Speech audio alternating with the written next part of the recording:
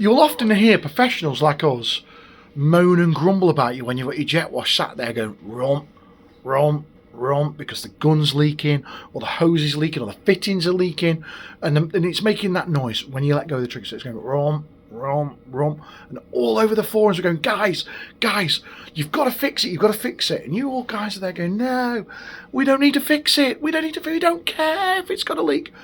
I'm going to show you what that leak does to your engine.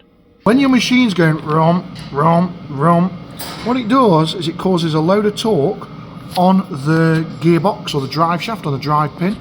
And what this does is this completely destroys the keyway on the end of the engine because of the torque going on and off, on and off, on and off all the time.